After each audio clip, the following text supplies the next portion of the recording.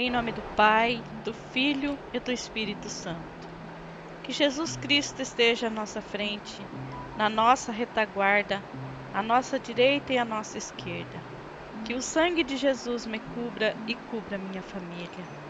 Senhor, nos proteja neste dia e que seu sangue precioso nos proteja.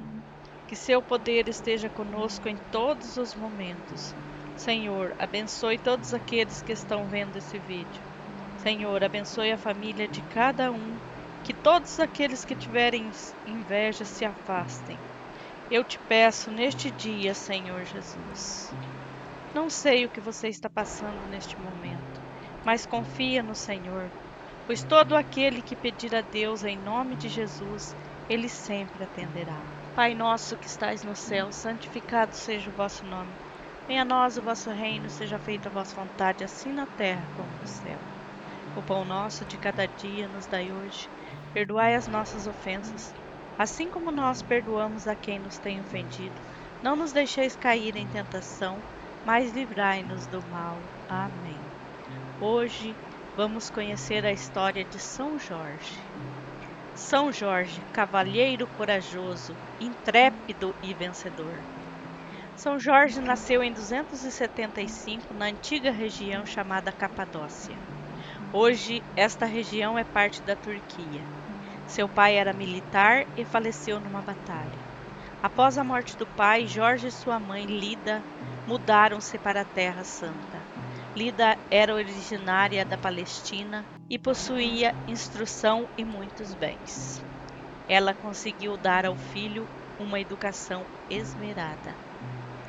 Quando chegou na adolescência, Jorge seguiu a carreira de muitos jovens da época e entrou para a carreira das armas, pois tinha um temperamento naturalmente combativo. Logo ele se tornou capitão do exército romano. Jorge tinha grandes habilidades com as armas e muita dedicação. O imperador Diocleciano deu a ele título nobre de conde da Capadócia.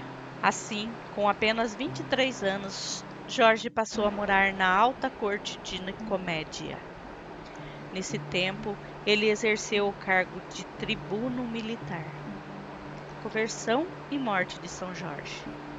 Quando sua mãe faleceu, Jorge recebeu a herança que lhe cabia e foi enviado para um nível mais alto na corte do imperador. Lá, porém, começou a ver a crueldade com que os cristãos eram tratados pelo Império Romano que ele servia. Então mudou seu pensamento. Já conhecia o cristianismo por causa da influência de sua mãe e da Igreja de Israel. Nesse tempo, ele deu o primeiro passo de fé. Distribuiu todos os seus bens aos pobres. Mesmo sendo membro do alto escalão do exército, ele quis a verdadeira salvação prometida pelo evangelho que ele já conhecia. Mas o imperador Diocleciano tinha outros planos. Sua intenção era eliminar os cristãos. No dia em que o Senado confirmaria o decreto do imperador que autorizaria a eliminação dos cristãos, Jorge levantou-se na tribuna e se declarou espantado com esta decisão, que julgava absurda. Ele ainda disse diante de todos que os romanos é que deveriam assumir o cristianismo em suas vidas.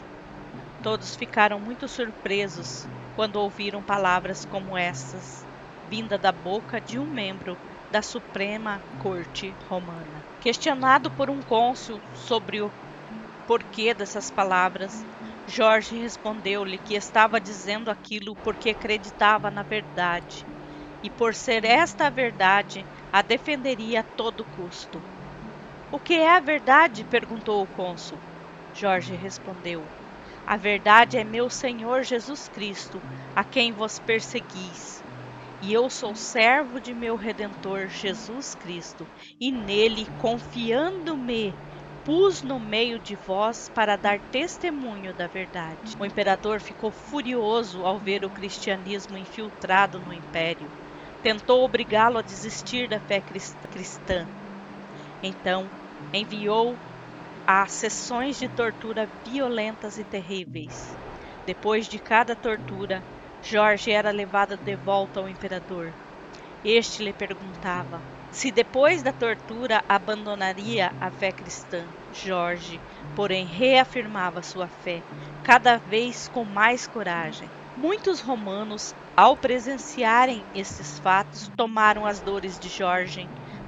Até mesmo a própria esposa do imperador, que mais tarde se converteu à fé em Jesus Cristo. Por fim, Diocleciano, vendo que não conseguiria dissuadir Jorge de sua fé, mandou que ele fosse degolado. Era o dia 23 de abril, no ano 303. Aconteceu na cidade de Nicomédia, na Ásia Menor. Devoção a São Jorge. Os cristãos então recolheram o corpo de São Jorge e veneraram seus restos mortais como relíquias. Porém, acreditavam que todo mártir, ou seja, aquele que é morto por causa da fé em Jesus Cristo, se torna santo. Mais tarde, os cristãos levaram as relíquias de Jorge para a antiga cidade de Dióspolis, onde ele cresceu. Então seu corpo foi sepultado anos mais tarde. O primeiro imperador cristão, chamado Constantino, conhecendo a bela história de São Jorge, mandou que fosse construído um oratório.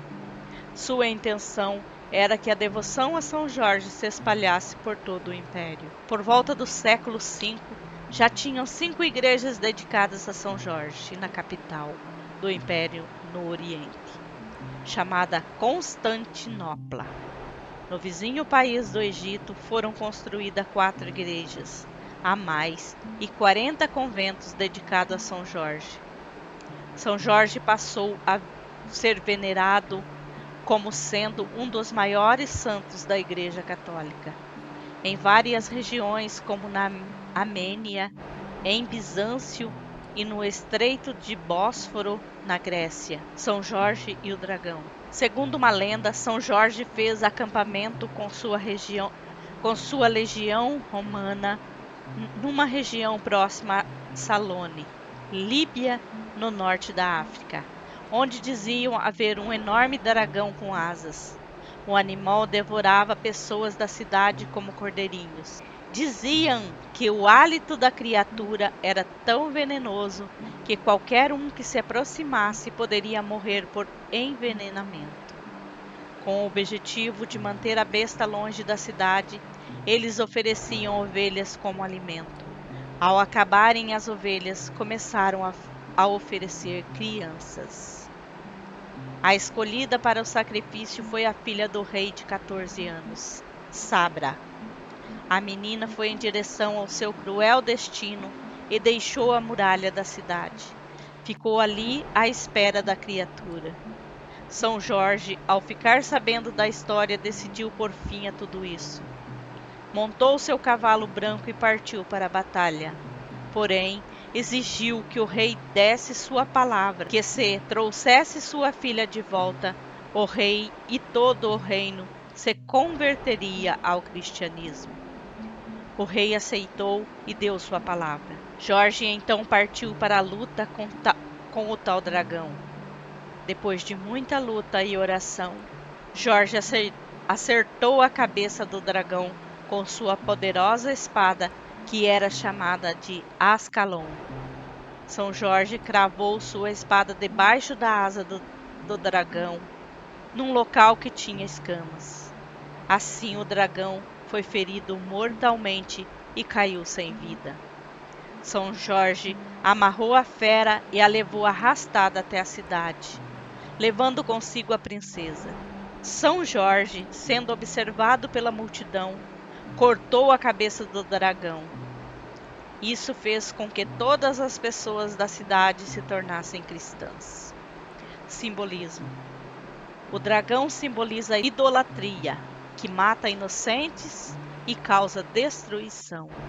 A idolatria é destruída pelas armas da fé. A jovem que São Jorge salvou representaria a região da qual ele combateu heresias e instalou a fé cristã. Oração a São Jorge. Eu andarei vestido e armado com armas de São Jorge, para que meus inimigos, tendo pés, não me alcancem, Tendo mãos, não me peguem, tendo olhos, não me vejam, nem pensamento eles possam ter para me fazerem mal. Armas de fogo o meu corpo não alcançarão. Facas e lanças se quebrem sem ao meu corpo chegar. Cordas e correntes se quebrem sem ao meu corpo amarrar. São Jorge Cavalheiro, corajoso intérprete e vencedor. Abre os meus caminhos. Ajuda-me a conseguir um bom emprego. Fazei com que eu seja bem visto por todos, superiores, colegas e subordinados. Que a paz, o amor e a harmonia estejam sempre presentes no meu coração, no meu lar e no meu serviço. Vela por mim e pelos meus, protegendo-nos sempre, abrindo e iluminando os nossos caminhos, ajudando-nos também a transmitirmos paz, amor e harmonia a todos que nos cercam. Amém.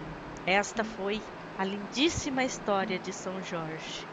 Vamos seguir o exemplo de São Jorge, acreditando e tendo fé que Deus é o nosso Criador e que jamais podemos ser vencidos por qualquer inimigo se tivermos Deus ao nosso lado. Fiquem com Deus. Deus abençoe a todos. Que São Jorge os proteja. Não se esqueça, passam lá no meu canal, deixe um like, se inscreva, ative o sininho para não perder nenhum vídeo. E até o próximo.